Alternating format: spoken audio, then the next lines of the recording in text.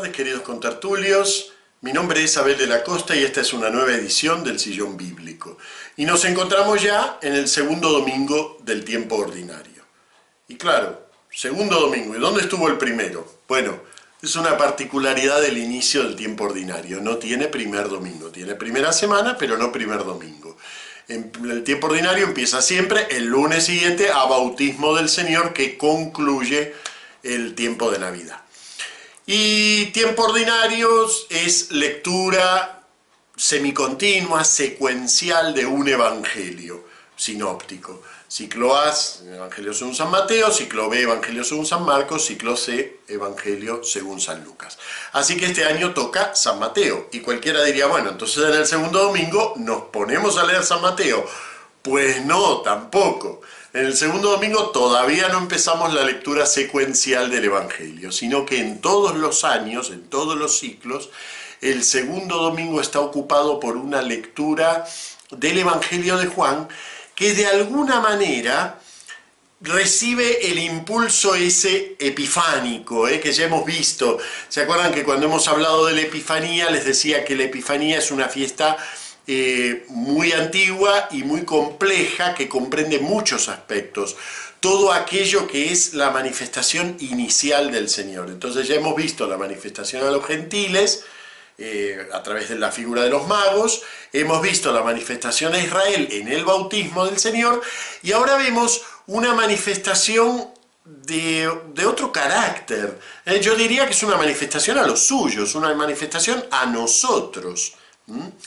En donde Juan el Bautista nos va a plantear, en esta lectura, toda la cristología.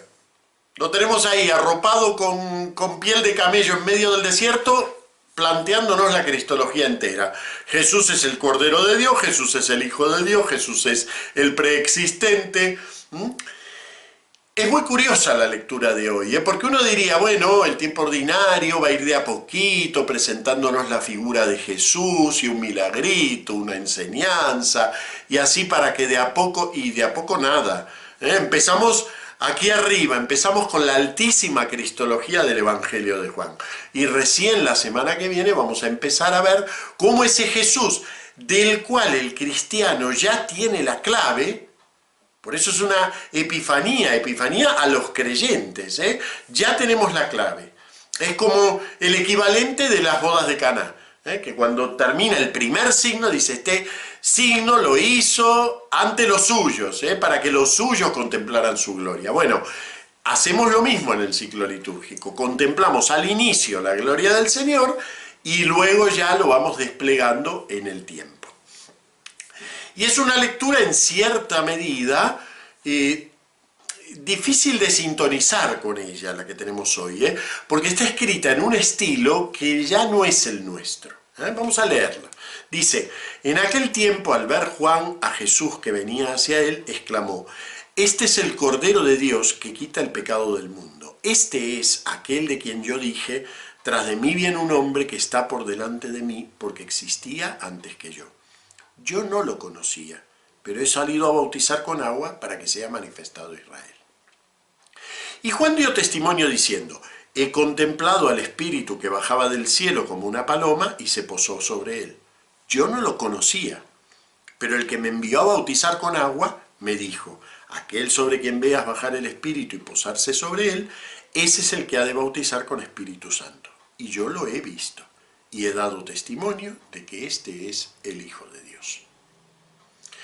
Por un lado el contenido, tan altísima cristología. Por el otro lado, esa especie como de repetición. Se dieron cuenta que en la mitad vuelve a empezar.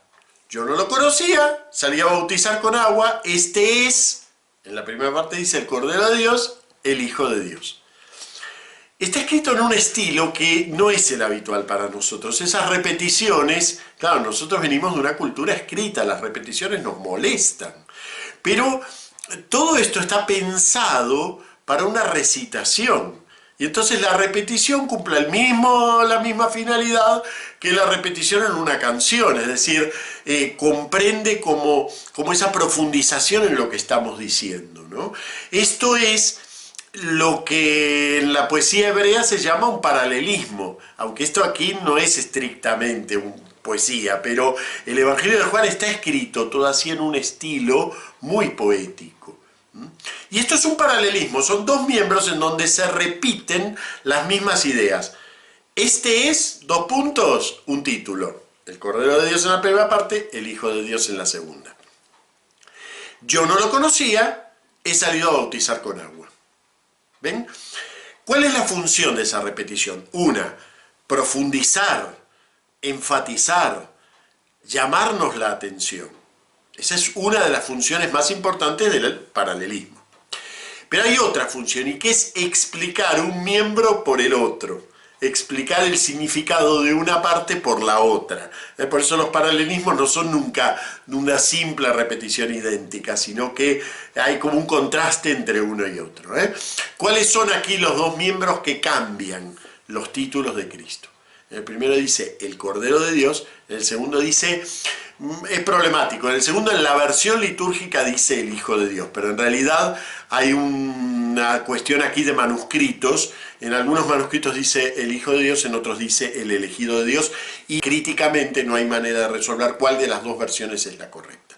Así que el traductor escoge y pone una nota abajo y dice, hay manuscritos que dicen la otra opción. Bien, no importa en realidad para nosotros, porque el título más problemático aquí no es ese. El título más problemático aquí es Cordero de Dios. Claro, estamos acostumbrados, Cordero de Dios. Este es el Cordero de Dios que quita el pecado del mundo, felices los invitados a la cena del Señor. Y estamos tan acostumbrados, Cordero de Dios que quitas el pecado del mundo, que no nos damos cuenta que lo que estamos diciendo no es obvio. Es como cuando los catequistas les explicamos a los niños de 8 o 9 años, sí, porque ahora vais a tomar la primera comunión y vais a comer el cuerpo de Cristo y beber la sangre de Cristo. Y los niños dicen, la sangre, el cuerpo que nos vamos a comer un brazo. Porque realmente lo que decimos nosotros ya está pasado por toda una experiencia religiosa y simbólica del lenguaje, y entonces no nos damos cuenta que tiene un sentido literal que no tiene nada que ver. Y aquí pasa lo mismo. Cordero de Dios, Jesús es el Cordero de Dios. Bueno, ¿y qué quiere decir eso? Hay una primera referencia del Cordero de Dios que es bastante obvia.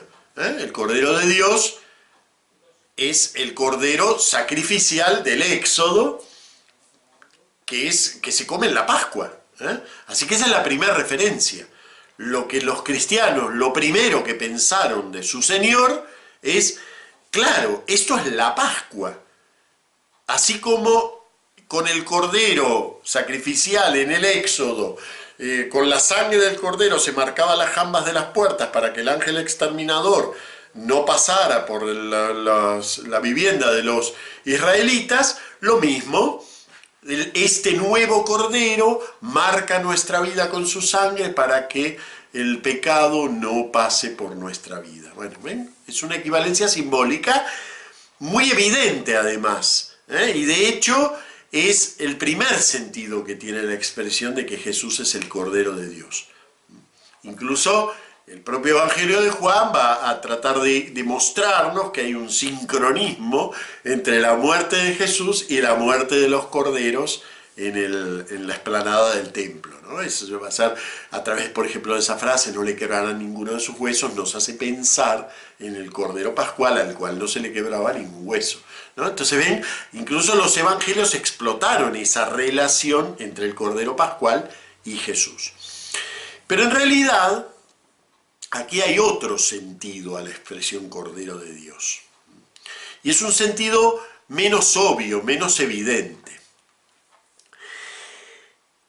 Un profeta, poeta anónimo de la época del destierro de Israel, que lo llamamos, porque no tenemos otro nombre, el segundo Isaías, ocupa el libro de Isaías desde el capítulo 40 hasta el 55, poetizó una figura misteriosa, sin un referente claro, cuando uno lo lee no queda claro si se está refiriendo, por ejemplo, al pueblo de Israel, si se está refiriendo a uno de entre el pueblo de Israel, si se está refiriendo a un específico enviado de Dios a ese pueblo de Israel. No queda del todo claro, es una figura misteriosa, y a la que llamamos el siervo de Yahvé.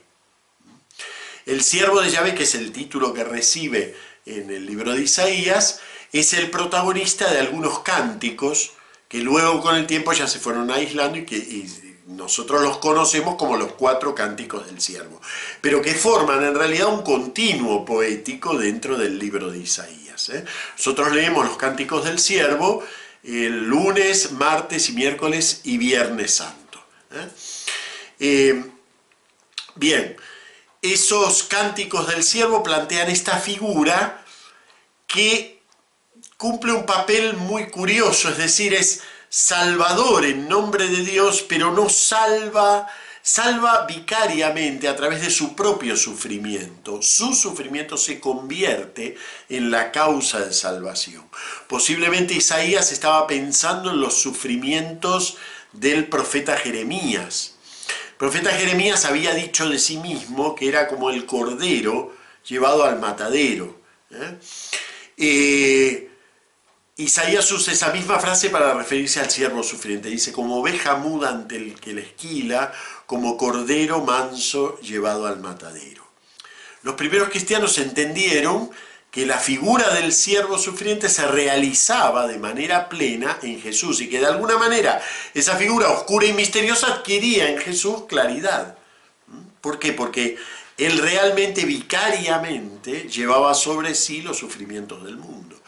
Y entonces, a lo largo del Nuevo Testamento vemos que hay muchas alusiones al siervo sufriente, digamos, relacionando la figura del siervo con la de Jesús. Eso es lo que hace el Evangelio de Juan ahora. Al retomar el título de Cordero de Dios, si bien lo primero que se nos recuerda es el Cordero Pascual, de fondo se nos está hablando del siervo sufriente. ¿Y cómo lo sabemos? Precisamente por el segundo miembro de este paralelismo, cuando habla del elegido. El elegido es uno de los títulos que le da, por eso les decía que hay que tener cuidado, porque no es exactamente el Hijo de Dios, sino el elegido es uno de los títulos que le da a esta figura del siervo Isaías. ¿Y cuál es la importancia de esto? Bueno, que hay una diferencia entre el Cordero Pascual y el Cordero como siervo de Dios. El Cordero Pascual es una realidad interior al pueblo de Israel. Salva, libra las casas de los israelitas, mientras que el ángel exterminador extermina a todos los que están afuera del ámbito de este Cordero. Pero en el siervo sufriente se plantea de una manera nueva y de una manera profética que este servidor en realidad se dirige a la salvación de todo el mundo. Es un planteo de salvación universalista. Y precisamente es lo que leemos en la primera lectura. El liturgo ha querido conservar la relación que el Evangelio de Juan hizo con el siervo de Dios. Y entonces tenemos como primera lectura precisamente uno de los cánticos del siervo y en donde se plantea la salvación como algo dirigido a todos los hombres, ¿no? Dice, es poco. Tú eres mi siervo, de quien estoy orgulloso. Es poco que seas mi siervo para sacar o para restablecer a las tribus de Jacob. Te hago luz de las naciones para que mi salvación alcance al confín de la tierra. Es un planteo nuevo dentro de la tradición del Antiguo Testamento, pero es un planteo que está en la base de la predicación de Jesús. Precisamente su predicación rompe con el estrecho círculo de la salvación religiosa ofrecida, digamos, por el Cordero Pascual. Es un Cordero que quita el pecado del mundo, como además lo dice la frase, el título que le aplica a Juan el Bautista. Y como tercer aspecto, hemos visto el primero, es que se trata de una lectura epifánica que continúa el clima de la Epifanía, como segundo aspecto el análisis del texto, su paralelismo, y como tercer aspecto nos preguntaríamos qué hace Juan el Bautista vestido con una piel de camello recitando alta cristología en medio del desierto. Es un poco como anacrónico esto, ¿verdad? Es decir, Juan el Evangelista está muy bien que haya llegado a tantas conclusiones acerca de Jesús, pero suena como anacrónico que todo esto esté puesto en boca de Juan el Bautista. Juan el Bautista, como sabemos, es en cierta medida el último profeta del Antiguo Testamento. Juan el Bautista está del lado de atrás, y nosotros empezamos con Jesús algo nuevo. Entonces, ¿qué hace Juan el Bautista recitando esta altísima cristología? Bueno, ahí hay algo que me gustaría ahondar un poquito. Primero, que es difícil que Juan, el autor del Evangelio, le pueda atribuir estas palabras a Juan el Bautista y que nadie proteste. ¿Por qué? Porque en época de Juan el Evangelista había todavía discípulos de Juan el Bautista. Entonces, atribuirle estas palabras sobre, por ejemplo, la preexistencia, el que viene delante de mí es más grande que yo porque existía antes que yo, no se le puede atribuir tan fácil a Juan el Bautista. Alguien habría protestado y hubiera dicho, no, me parece que te estás pasando a algunos pueblos. Juan el Bautista no dijo eso. ¿O será que lo dijo? Y si nosotros ahondamos un poquitito en el texto, nos damos cuenta que todo lo que dice Juan el Bautista se puede entender en el nivel del Antiguo Testamento. Y también se puede entender de una manera nueva, como una alta cristología, pero no es el único sentido. El primer sentido de lo que dice Juan el Bautista lo pudo haber dicho perfectamente él. ¿Qué esperaba Juan el Bautista? Cuando él recibe esa revelación profética en torno a Jesús, ¿qué esperaba? Esperaba lo que podía esperar un predicador apocalíptico como era Juan el Bautista. Esperaba la venida de Elías, el nuevo Elías.